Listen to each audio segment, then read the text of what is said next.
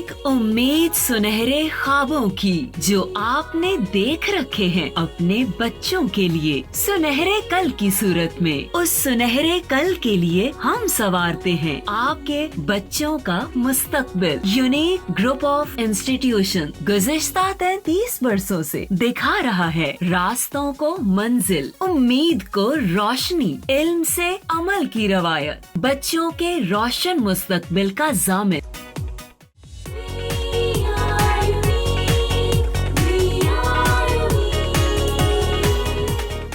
बिस्मिल्लाहिर्रहमानिर्रहीम। My name is Sobia Amin. 9th class के online lecture series का बेटा नेक्स्ट लेक्चर। आज हमने पढ़ना है rigid body and axis of rotation. ये हमारा आज का टॉपिक है, लेकिन थोड़ा सा हम पीछे से रिव्यू कर लें कि लास्ट लेक्चर में बेटा आप लोगों को पढ़ाया गया था रेजोल्यूशन ऑफ फोर्सेस, और रेजोल्यूशन ऑफ फोर्सेस के साथ हमने एक फोर्स को रिजॉल्व किया था इनटू इट्स परपेंडिकुलर कंपोनेंट्स, और perpendicular components F X and F Y के लिए हमने जनरल फार्मूलाज डिराइव किए थे। और उसके बाद फिर हमने इसी से रिलेटेड नेक्स्ट लेक्चर में हमने किया था बेटा कि अगर आप लोगों को परपेंडिकुलर कंपोनेंट्स का पता हो तो इसका रिवर्स जो है वो हम फाइंड आउट कर सकते हैं। और उसका रिवर्स क्या होगा कि by determining the perpendicular component of the force we can find the magnitude of force and direction of force।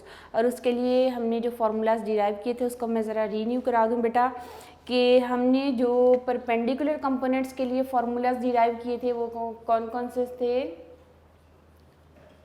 Perpendicular component of force,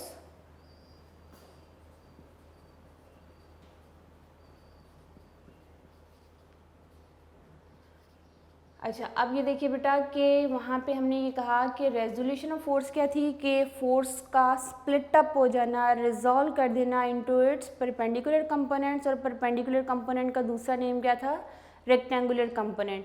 और फिर बाकायदा हमने उसके फार्मूलाज डिराइव किए थे। और फिर ट्रिग्नोमेट्रिक इन फार्मूला को डिराइव कराने से पहले आप लोगों को बताए गए थे बेटा ट्रिग्नोमेट्रिक रेशियोज़, और वो ट्रिग्नोमेट्रिक रेशियोज़ में हमने साइन थीटा पढ़ा। साइन थीटा किसके इक्वल होता है बेटा, perpendicular divided by hypotenuse. Cos theta is equal to base divided by hypotenuse. मैंने बेटा शॉर्टकट कीज यूज़ की है, P से परपेंडिकुलर होगा और H से क्या होगा, hypotenuse. Cos theta base B मैंने शो कर दिया, हाइपोटेन्यूज को H से शो कर दिया है बेटा। और tan थीटा के लिए हमने लिखा था बेटा परपेंडिकुलर डिवाइडेड बाय बेस। और मैंने एक सिंगल सेंटेंस आप लोगों को लर्न करवाया था, some people have curly brown hair through proper brushing. और इससे हमने ये 3 फार्मूलाज लिखे थे, और इससे मैंने कहा था 6 MCQ जो है वो इससे जनरेट हो सकते हैं। उसके बाद फिर हमने बेटा इन्हीं फार्मूला को यूज़ करते हुए हमने perpendicular component of the force find out किया था। और परपेंडिकुलर कंपोनेंट में जो हॉरिजॉन्टल कंपोनेंट था,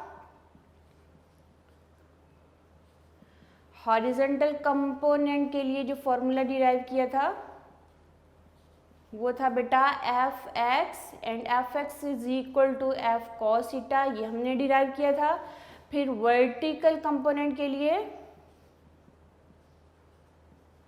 वर्टिकल कंपोनेंट ऑफ फोर्स के लिए जो फॉर्मूला डिराइव किया था बेटा वो एफ वाई वर्टिकल कंपोनेंट कहलाता है, एफ एक्स इसका फोर्स का हॉरिजॉन्टल कंपोनेंट कहलाता है। तो एफ वाई इक्वल टू आया था बेटा एफ साइन थीटा। ये कंप्लीट डेरिवेशन आप लोगों को करवाई गई थी।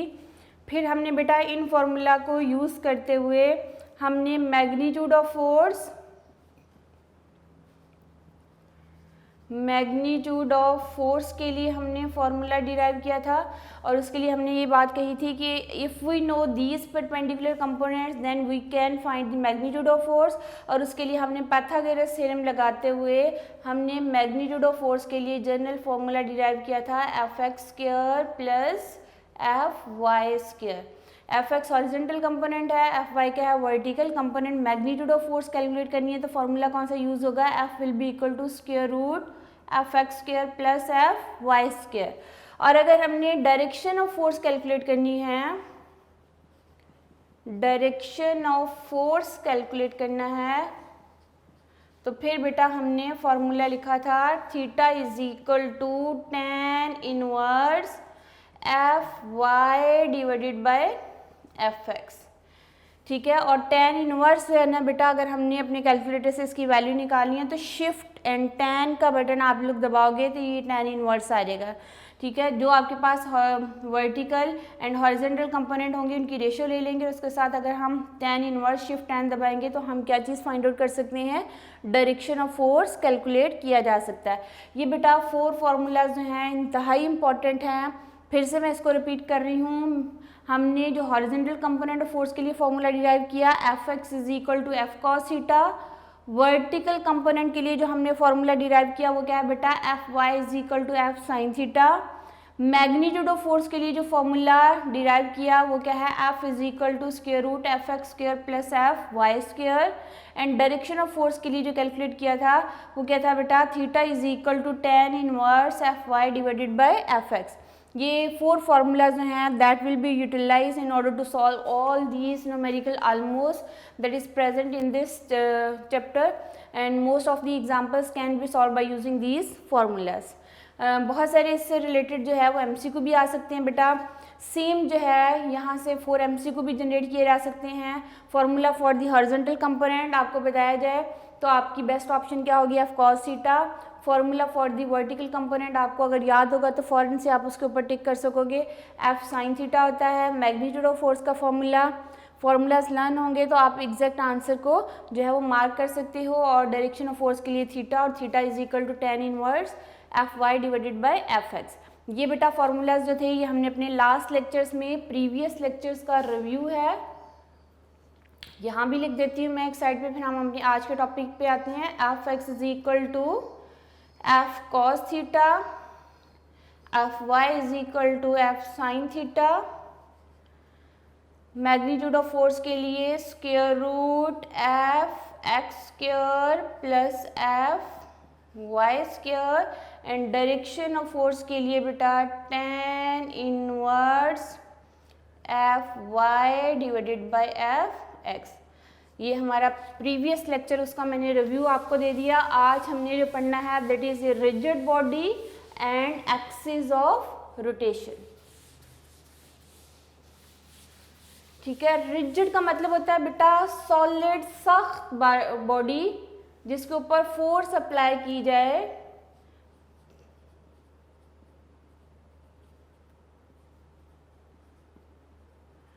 तो बॉडी में किसी किस्म की डिफॉर्मेशन ना हो, वो कहलाती है रिजिड बॉडी।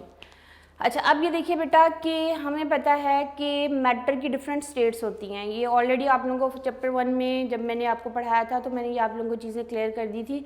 क्योंकि फिज़िक्स है तो फिज़िक्स में हम मैटर एंड एनर्जी और इन दोनों चीज़ों के बारे में और इनका आपस में रिलेशन क्या है, इनकी इंटरेक्शन क्या है, इन चीज़ों के बारे में स्टडी करते हैं।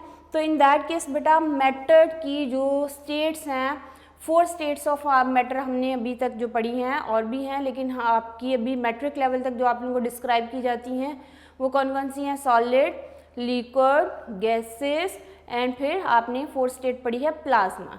ठीक है, अब ये देखें बेटा कि मॉलिक्यूल्स की, एटम्स की डिफरेंट अरेंजमेंट ही होती है जिससे हम डिस्टिंग्विश कर सकते हैं कि ये सॉलिड है, ये क्या है लिक्विड है, और ये क्या है गैसेस है, और ये किस स्टेट में आ गया प्लाज्मा।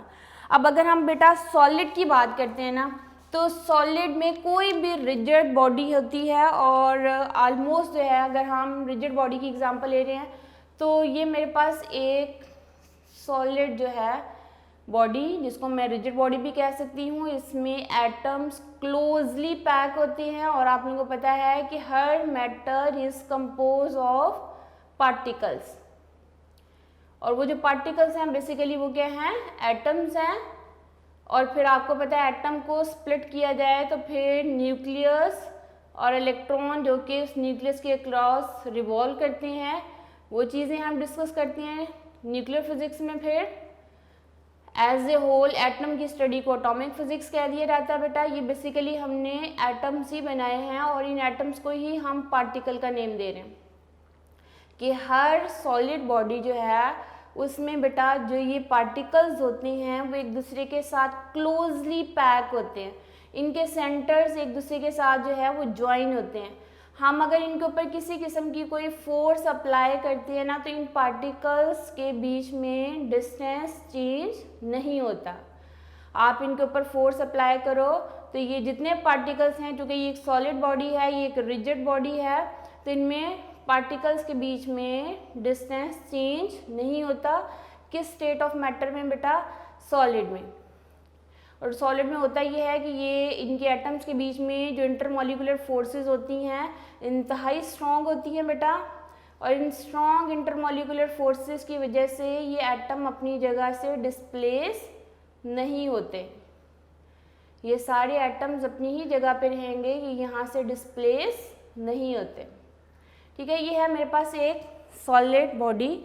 इसमें मैंने अगर फोर्स अप्लाई की इस साइड पे भी, इस साइड से भी हमने फोर्स अप्लाई की, और फोर्स अप्लाई की जाए तो इन पार्टिकल्स के बीच में ये जो सेपरेशन है ना बेटा, इनके बीच के, इनके सेंटर्स के बीच में जो डिस्टेंस है ये चेंज नहीं होता।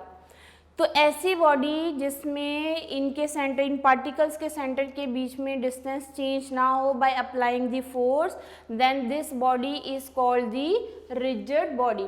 तो हमें पता है हर body compose of a large number of small particles. मेरे हाथ में अगर ये डस्टर है, ये वुड का बना हुआ है बेटा, मैं अगर अपने हाथ से दोनों साइडों से इसको प्रेस कर रही हूँ तो इसकी जो शेप है उसमें किसी किस्म की डिफॉर्मेशन प्रोड्यूस नहीं होती, ये शेप डिफॉर्म नहीं होती bye applying the force on both sides. Even कि मैं चारों साइड से भी फोर्स अप्लाई करूं तो इनके पार्टिकल्स के बीच में डिस्टेंस चेंज नहीं हो रहा, इसकी शेप में किसी किस्म की डिफॉर्मेशन नहीं हो रही। अगर bye applying the force body deform ना हो तो ऐसी बॉडी को कहा जाता है रिजिड बॉडी। तो जब हम रिजिड बॉडी की डेफिनेशन बेटा करते हैं तो हम लिखेंगे, रिजिड बॉडी की जब डेफिनेशन लिखेंगे तो हम लिखते हैं बेटा, a rigid body is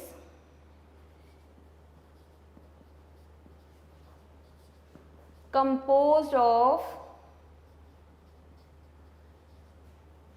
large number of small particles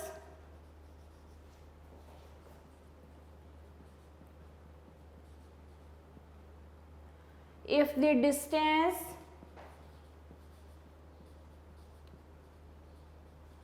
between all pair of particles, between all pairs of particles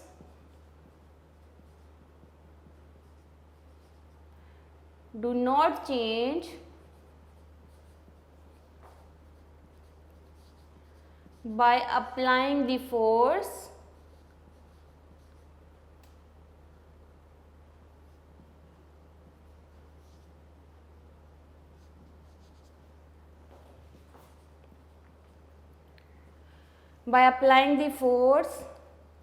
then this body is called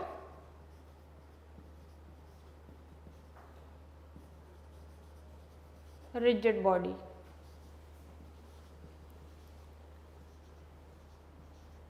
या हम ये भी कह सकते हैं, rigid body does not deform, rigid body does not deform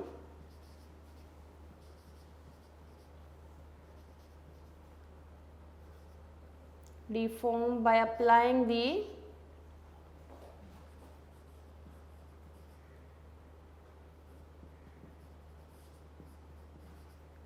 force.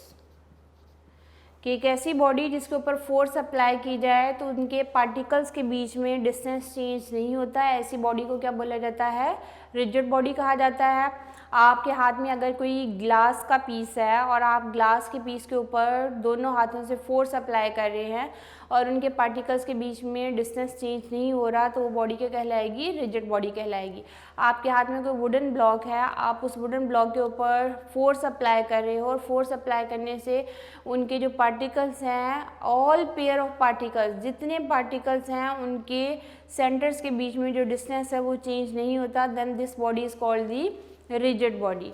ठीक है, आप बहुत सारी एग्जांपल्स इसमें कोट कर सकते हो। हर वो बॉडी जिसमें फोर्स अप्लाई करने से उसमें किसी किस्म की डीफॉर्मेशन प्रोड्यूस नहीं होती, वो कहलाती है रिजिड बॉडी। लेकिन हम एक बैलून को रिजिड बॉडी नहीं कहेंगे। इसकी रीज़न क्या है कि बैलून में अगर आप एयर फिलअप करते हो तो उसकी जो शेप है वो क्या होना शुरू हो जाती है, चेंज होना शुरू हो जाती है, वो इलास्टिक बॉडी में आता है। ठीक है, समटाइम आपके पास कुछ ऐसे मटेरियल्स होते हैं, पॉलीमर्स हैं, उसमें भी हम फोर्स अप्लाई करते हैं तो बॉडी में थोड़ी फ्लेक्सिबिलिटी आ जाती है, तो इन दैट केस उन बॉडीज़ को हम रिजिड बॉडी नहीं कह सकते।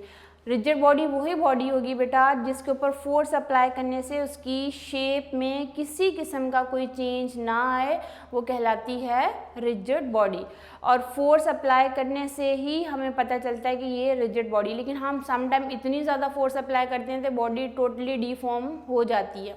जैसे ये ब्लॉक है, इसके ऊपर बहुत ज़्यादा फोर्स अप्लाई की जाए तो ये ब्लॉक जो है वो 2 पीसेस में डिवाइड हो सकता है। लेकिन ये है कि फिर वो परमानेंटली इसमें डिफॉर्मेशन प्रोड्यूस हो जाती है कि हमने फोर्स की वैल्यू इतनी एक्सीड कर दी कि ये 2 टुकड़ों में चेंज हो गया। अब वो 2 अलग अलग टुकड़े जो होंगे वो अलग अलग रिजिड बॉडी कहलाएंगे।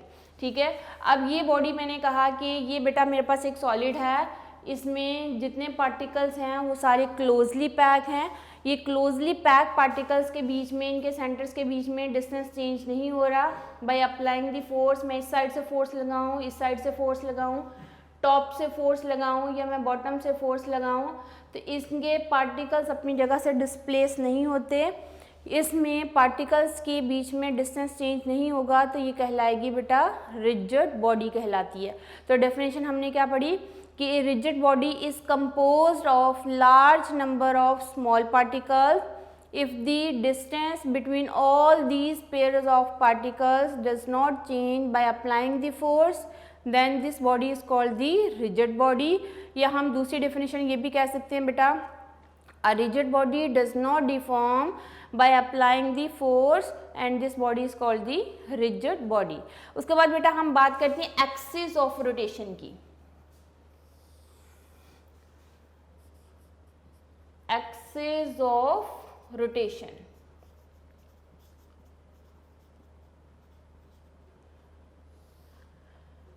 अच्छा, हम थोड़ा सा अगर पीछे से रिव्यू लें बेटा कि हमारे पास कोई भी ऐसा ऑब्जेक्ट जिसमें हम फोर्स अप्लाई करते हैं तो उसमें जो प्रोड्यूस हो सकती है बेटा लीनियर मोशन भी प्रोड्यूस हो सकती है। जैसे मेरे हाथ में ये ब्लॉक है, मैं इसको ऊपर अगर इस डायरेक्शन में फोर्स अप्लाई कर रही हूँ तो इसमें मोशन इस डायरेक्शन में प्रोड्यूस हो रही है, यानी जिस डायरेक्शन में मैं फोर्स अप्लाई करूँगी उसी डायरेक्शन में मोशन प्रोड्यूस होगी।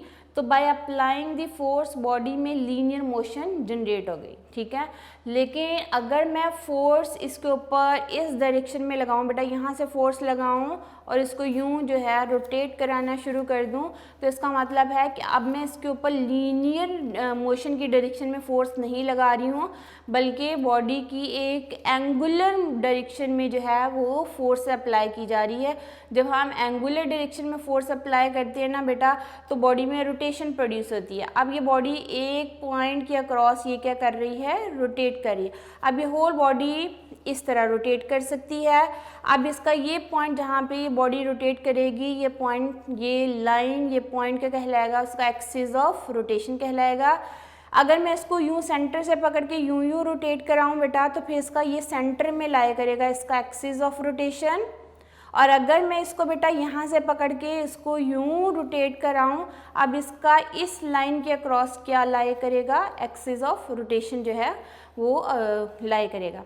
अब एक्सिस ऑफ रोटेशन क्या है, एक्सिस का मतलब होगा बेटा वो लाइन, वो पॉइंट जहाँ पे वो बॉडी रोटेट करती है, वो पॉइंट और वो लाइन क्या कहलाती है, एक्सिस ऑफ रोटेशन कहलाती है। अब एक्सिस ऑफ रोटेशन में बेटा हमें पता होना चाहिए कि हम फोर्स किस डायरेक्शन में लगा रहे हैं। अब अगर हमें फोर्स की डायरेक्शन का पता होगा तो फिर हम इजीली बता सकेंगे कि इसका एक्सिस ऑफ रोटेशन कहाँ लाया करेगा। अब अगर मैं इस डायरेक्शन में फोर्स अप्लाई कर रही हूँ ना बेटा, तो इसका मतलब है कि इसका एक्सिस ऑफ रोटेशन जो है वो कहाँ लाया करेगा, इसके सेंटर में यहाँ लाया करेगा। लेकिन अगर मैं इसको यूं इस डायरेक्शन में रोटेट करा रही हूँ तो इन दैट केस इसका एक्सिस ऑफ रोटेशन, ये सेंट्रल लाइन क्या कहलाएगी, इसका एक्सिस ऑफ रोटेशन कहलाती है। लेकिन अगर मैं इसको यहाँ से पकड़ के यूं रोटेट कराऊंगी तो फिर इसका एक्सिस ऑफ रोटेशन इस पॉइंट पे लाई करेगा।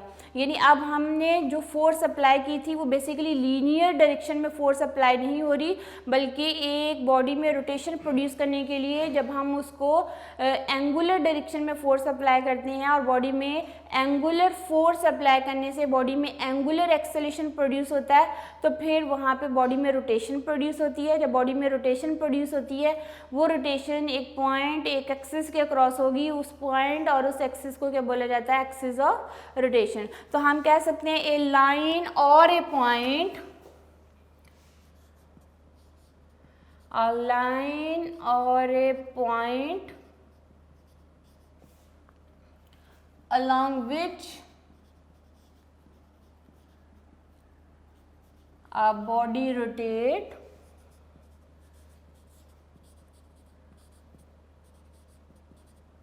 is called axis of rotation।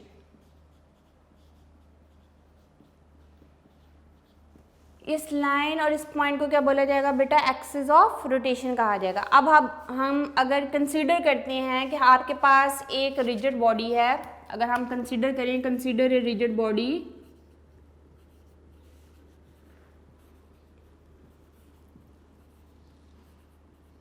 rotating about a line,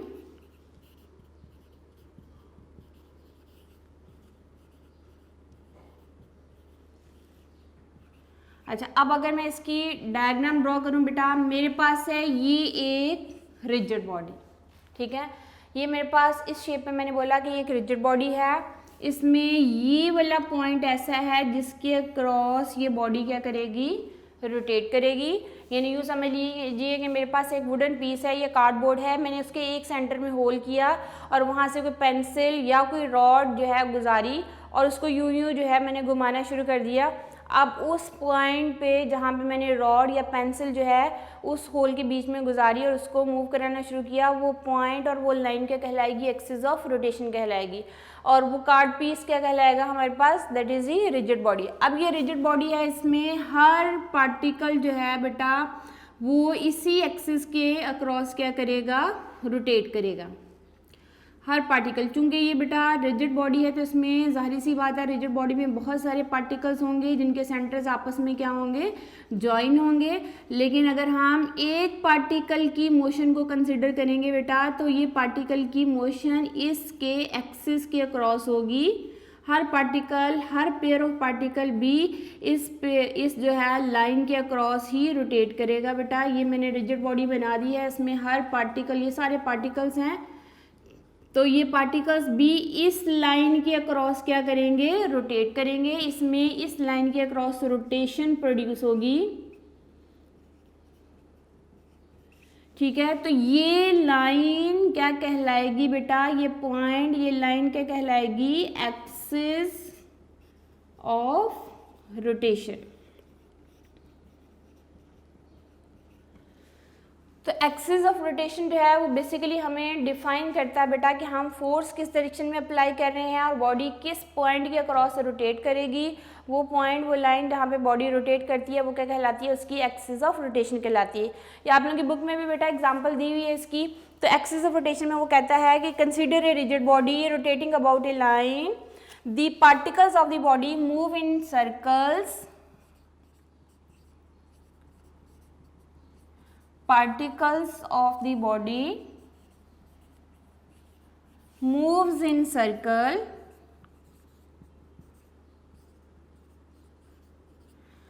ठीक है, moves in circle with their centers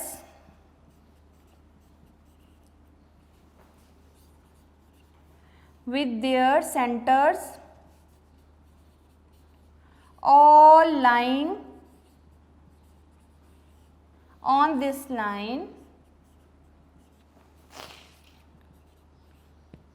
This line is called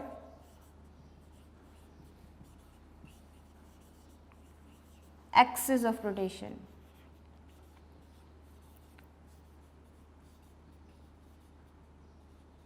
अच्छा, अब ये जो रिजिड बॉडी है ना बेटा, इसमें हर पार्टिकल जो है उसकी मोशन इस एक्सिस के अक्रॉस होगी। तो ये सेम एग्जांपल है बेटा कि एज ए होल ये जो बॉडी होगी रिजिड बॉडी, इसकी मोशन रोटेटरी मोशन होगी।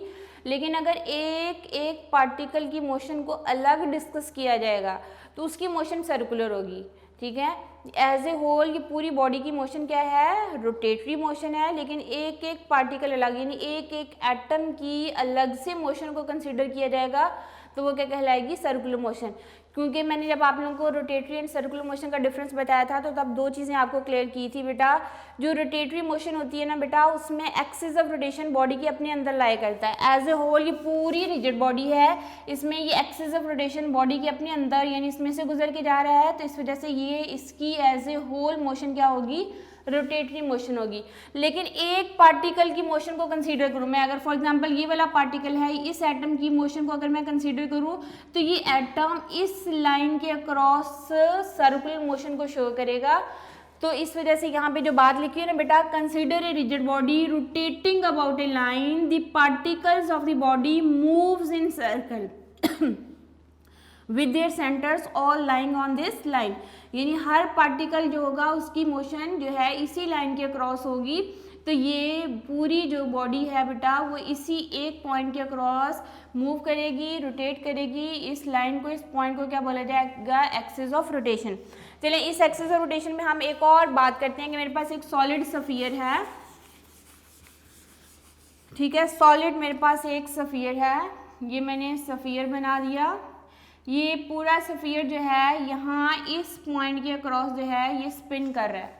यानी आप एक सफियर लो और उसको अपनी फिंगर टिप पे उसको स्पिन कराना शुरू करो तो ये सफियर जो होगा बेटा, इसमें जो जितने पार्टिकल्स हैं हर पार्टिकल की जो मोशन होगी बेटा वो इसी के अक्रॉस होगी। हर पार्टिकल इसी लाइन के अक्रॉस मोशन शो करेगा। ये लाइन, ये पॉइंट, ये क्या कहलाएगा, उसका एक्सिस ऑफ रोटेशन।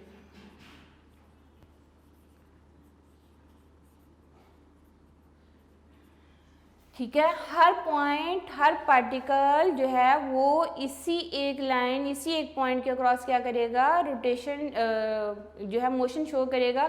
तो इस वजह से एज ए होल इस पूरी सफियर की मोशन को हम क्या बोलेंगे, that is the rotatory motion. लेकिन एक पार्टिकल की मोशन जो होगी वो कहलाएगी सर्कुलर मोशन कहलाएगी। तो इस वजह से बेटा तो हम बोलते हैं कि हमारे पास जो रिजिड बॉडी है वो compose of a large number of small particles, और ये सारे पार्टिकल्स जो हैं बेटा अगर इनके बीच में, इनके सेंटर्स के बीच में डिस्टेंस चेंज नहीं होता by applying the force, then this body is called the rigid body. और रिजिड बॉडी डीफॉर्म नहीं होती। डीफॉर्म का मतलब क्या होगा कि उसकी शक्ल सूरत चेंज नहीं होती बाय अप्लाइंग दी फोर्स। अब शक्ल सूरत कैसे चेंज होती है बेटा कि कुछ बॉडीज इलास्टिक बॉडीज़ होती हैं, जैसे एक बैलून है वो इलास्टिक बॉडी है, एक रबर बैंड है वो इलास्टिक बॉडी है। उसके ऊपर जब हम फोर्स अप्लाई करते हैं, एक छोटा सा रबर बैंड है, हम अगर अपने हाथ से फोर्स अप्लाई करते हैं तो उसकी लेंथ में इतना ज़्यादा चेंज आ जाता है, तो वो बॉडी इलास्टिक बॉडी कहलाती है, यानी उसमें डीफॉर्मेशन प्रोड्यूस हो गई। हमने फोर्स अप्लाई की, बॉडी डीफॉर्म हो गई, फोर्स लगानी छोड़ दी तो बॉडी की अपनी ओरिजिनल शेप वापस आ जाती है। बैलून है, बैलून में एयर फिलअप करो तो वो बैलून जो है अपने साइज से बड़ा हो जाता है। हम उसमें से हवा, एयर बाहर निकाल देंगे तो बैलून वापस अपनी पहले वाली शेप में वापस आ जाता है। वो बैलून में इलास्टिसिटी होती है, यानी उसमें अगर हम डीफॉर्मिंग फोर्स अप्लाई करते हैं तो बॉडी में डीफॉर्मेशन प्रोड्यूस हो जाती है, और बाकायदा अगर हम डीफॉर्मिंग फोर्स लगाना छोड़ देते हैं तो बॉडी जो है अपनी पहले वाली स्टेट में आ जाता है। लेकिन रिजिड बॉडी वो होगी बेटा जिसके ऊपर हम अगर फोर्स लगाएंगे तो उनके पार्टिकल्स के बीच में डिस्टेंस बिल्कुल चेंज नहीं होता, और by applying the force body deform नहीं होती, उसकी शेप और वैसी ही रहती है जैसे ओरिजिनली थी, और फोर्स अप्लाई करने से उनके जो एटम्स के बीच में डिस्टेंस चेंज नहीं होगा। Then this body is called the rigid body.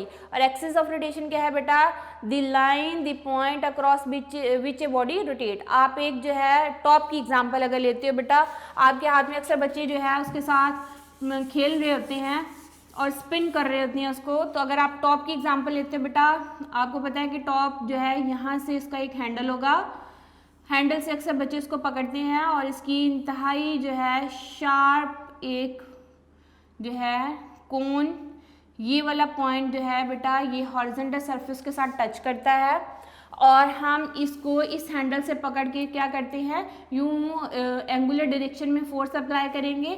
जब हम इस डायरेक्शन में फोर्स अप्लाई करेंगे तो ये बॉडी इसी डायरेक्शन में रोटेशन को शो करेगी, स्पिन करेगी, और जब स्पिन करेगी तो उसमें रोटेशन प्रोड्यूस हो जाएगी, ठीक है। और ये इस पॉइंट पे जो ग्राउंड के साथ टच हो रहा है बेटा, इस पॉइंट के क्रॉस जो है ये बॉडी रोटेट करेगी। तो इसकी ये लाइन जहाँ पे ये बॉडी रोटेट कर रही है, ये लाइन क्या कहलाएगी बेटा, एक्सिस ऑफ रोटेशन।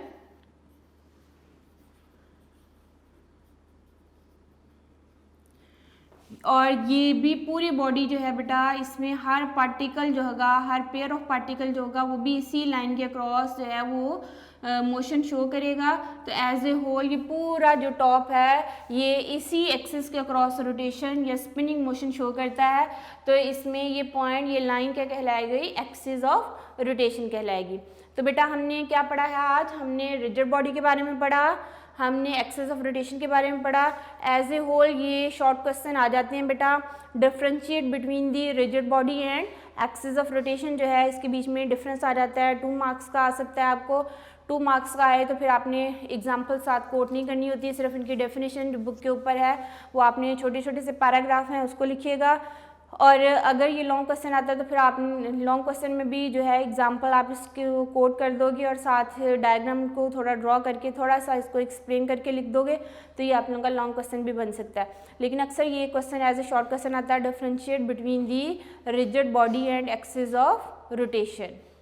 तो ये था हमारा आज का लेक्चर और हमने rigid body axis of rotation के बारे में पढ़ा। एज ए शॉर्ट है बेटा, इसको अच्छा सा लर्न कीजिए। इंशाल्लाह नेक्स्ट बड़ा इंपॉर्टेंट टॉपिक आने वाला है जो कि हम पढ़ेंगे नेक्स्ट लेक्चर में, दैट इज़ द टॉर्क। इंशाल्लाह नेक्स्ट लेक्चर के साथ फिर हाजिर होंगे, तब तक के लिए अल्लाह हाफ़िज़।